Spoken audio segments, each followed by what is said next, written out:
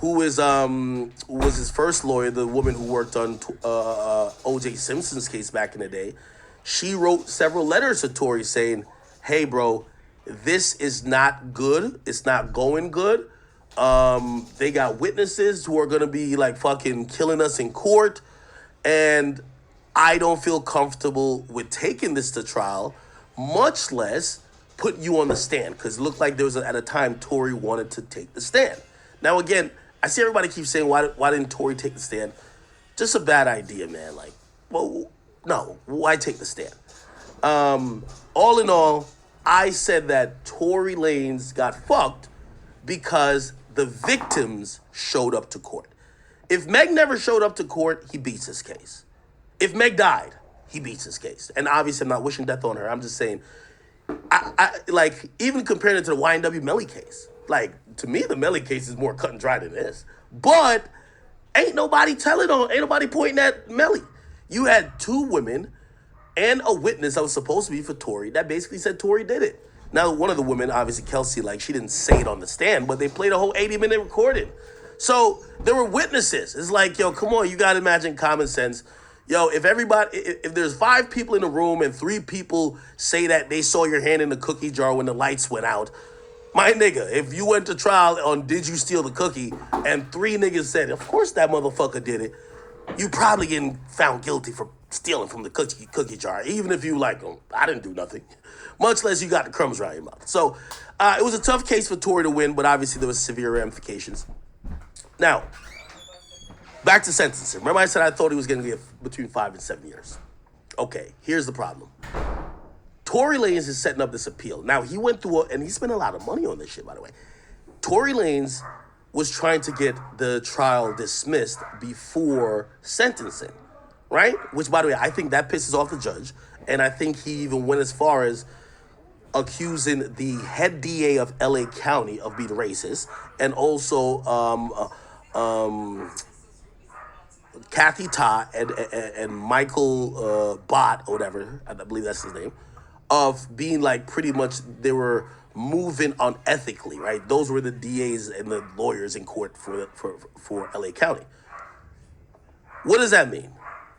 You're pissing off the people who are going to need to suggest how much time you get, and the judge needs to agree how much time you get. The people suggesting it, you call them racist, and the judge who's going to be stamping it, you said he's not like fit to be impartial. So they already, and by the way, they won that already because the motion got denied. They're basically looking at you like, yo, you trying to ruin our career, because this is a high-profile case. They're looking at you like, you trying to ruin our career calling us racist. So they're going to hand it to Tory. Now, that's bad enough, right? That's bad enough. Secondly, what's also bad is that usually if people want a lenient sentence, they have to show some type of remorse, some type of, hey, I'm sorry this happened. I'm sorry, like in a roundabout way. You don't got to say, all right, y'all got me, I did it, because, I mean, you did blow trial. It's easier, that's why it's easier in a plea, because in a plea, you do say you did it, right? Like, whatever you pled guilty to, right? Say you killed a nigga, but you pled guilty to manslaughter, y'all be like, yo, I'm sorry that my actions resulted in someone dying, and I'm sorry to the family, this, and third. A judge could be like, you know what, this person is sorry, we're going to give him a lesser sentence. Tory's still saying, I ain't doing this shit at all. Tory not apologizing to nobody, and he's still saying, nigga, I'm wrongly convicted. Which obviously the judge is going to be pissed off about, because he's looking at it like, nigga, you're still in fucking denial, right? Which means, like, you're not having any sympathy for what the victims has gone through. Why are we going to have any sympathy for what you finna go through, right? So that's the thing. And the prosecutors, remember I said I thought he was going to get between 5 and 7? The prosecutors are tight. I thought on the highest end he would have got 9, or it would be recommended for him to get 9. The prosecutors came back and said, no, we want 13 years for this guy. 13 years. You know what I mean? All right. So 13 is the barometer. If you ask me how this is going to play out, I don't think the judge is too fond of Tory. I think he might just give him 13. I don't see him going above that, but the judge is tight at Tory too. He could give him 15. I don't see the judge going below 10, right? Because it would probably mean that the judge is really sympathetic to Tory, and Tory doesn't call the judge. We ain't really call him racist, but he basically say he was biased, and called the other part, which is the prosecutor. They call them racist. So I can't see that happening. So Tory wrote this letter, and I'll see if I could get it. Tory wrote this he didn't write the letter. His defense team submitted something to the court, which was like sentencing what they believe Tory should get. Because at this point, yeah, you could challenge the guilty verdict in an appeal, but right now it's about sentencing. They have suggested that Tory gets, let me see if I can find it.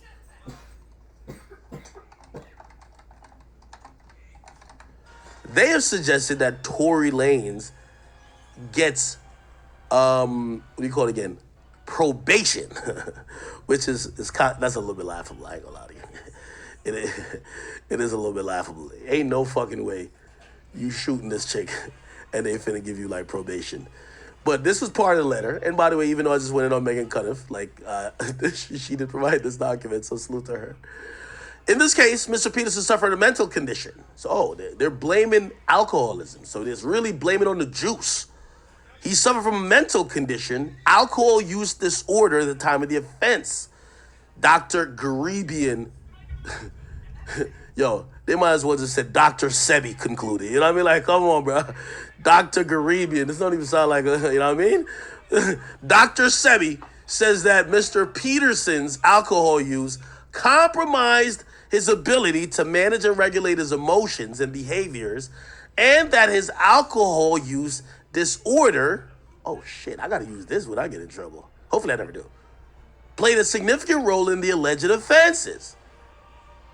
His alcohol use disorder reduces culpability for the alleged offense. So his lawyers are doing a good job of they're basically saying, they're still saying he ain't do it, but they keep saying alleged. Like, bro, it's not alleged anymore after you're found guilty. But, they got to watch their wording because they're going to be doing an appeal. Mr. Peterson has also experienced psychological, physical, and childhood trauma, including abuse and neglect. Dr. Sebi concluded in his report that Peterson's grief, loss, and trauma through his childhood and adolescence contribute to the development of alcohol use disorder. Okay? Okay, cool. All right, whatever. All right. Yeah. Let me see. All right, so, okay. Let me see.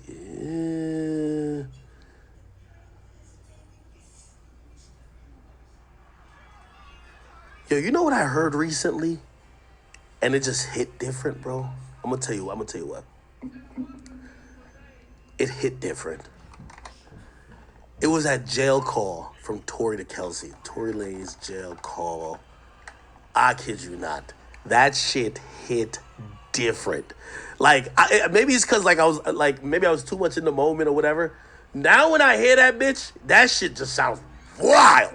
A free call from filtering. Press 1 to accept the call. To deny this call. Here we go. Y'all got out safe and everything.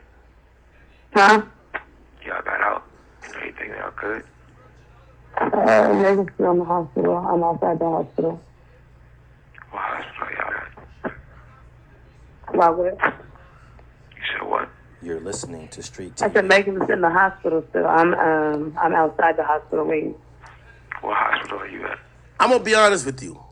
I can see how a jury, after basically hearing like the tone, the call is bad enough, but the tone, in the Melly case where they're using Melly's message to someone like on Snapchat, and Melly says after the murder, I did that.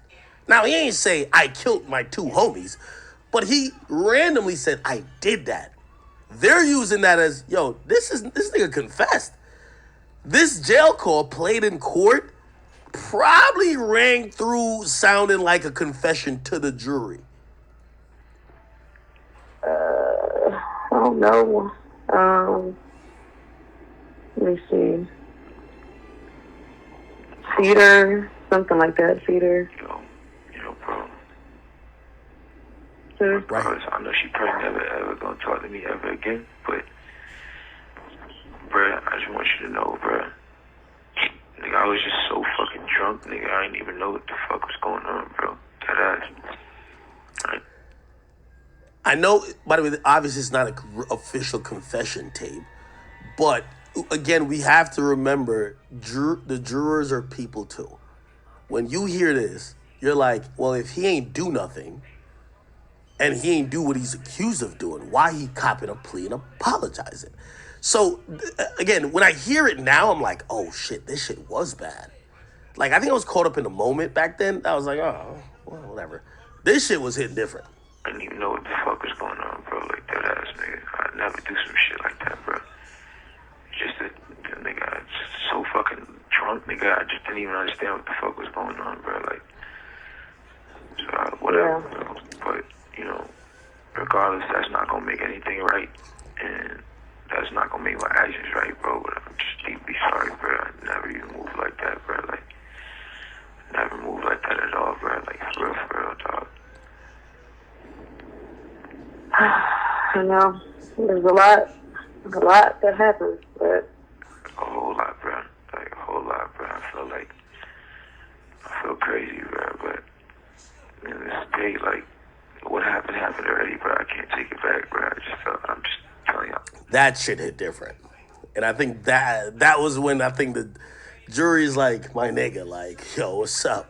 Obviously, that's that in tandem with them playing the recording from Kelsey, Meg herself get on the stand and, crying or at least wiping her allergies, whatever she was doing. And obviously Sean Kelly, who was his witness, basically doing like the ultimate betrayal. Like, nigga, how did I go find you and bring you into court?